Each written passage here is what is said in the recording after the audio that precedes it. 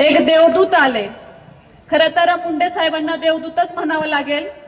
इतक्या वर्षापासून जी दूध भेसळ चालली आहे याची जाणीव आपल्या सर्वांना त्या ठिकाणी झाली आणि आज आपण सर्वजण ह्या गोष्टीचा निषेध करण्यासाठी या ठिकाणी उपस्थित झालात. आपल्या सर्वांचं खरंच या ठिकाणी कौतुक करते आणि मनापासून आभार व्यक्त करते की आपण ह्या आंदोलनाला साथ त्या ठिकाणी दिलेली आहे.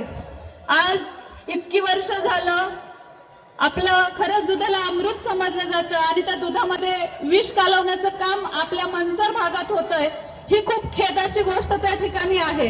अनेक वर्ष आपण आपली लहान मुलं असतील, घरातील वयोवृद्ध असतील आणि दूध हा आपल्या आयुष्यातील एक अविभाज्य घटक आहे.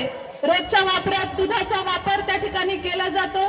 रोज आपल्या वापरामध्ये दूध आपण नेहमीच वापरतो आणि आज त्या दुधामध्ये विष कालवलं जातंय. लहान मुलांच्या जीवाशी त्या ठिकाणी खेळलं जातंय.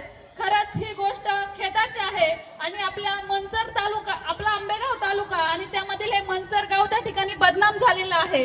हे जे लोकांना विष पाजण्याचं काम त्या ठिकाणी चालू आहे त्यांच्यावर योग्य ती कारवाई त्या ठिकाणी झाली पाहिजे. आज मी जिल्हा परिषद मध्ये आरोग्य समितीवर आहे आणि सगळ्यात जास्त कॅन्सरचं प्रमाण आपल्या पुणे जिल्ह्यामध्ये आहे. आज त्या ठिकाणी मला समजलं की हे प्रमाण कशामुळे आहे तर आपल्याला हे विष पाजलं जातंय. केमिकल युक्त जे दूध भेसळ केली जाते ते आपल्या लहान मुलांना आणि ते आपल्या शरीरावर परिणाम त्या ठिकाणी करते. हे कुठेतरी थांबलं पाहिजे आणि म्हणूनच आपण सर्वांनी आपल्याला योग्य न्याय मिळवस्तोवर कुणीही शांत बसणार नाही हीच आपल्याला त्या ठिकाणी विनंती करते आणि थांबते.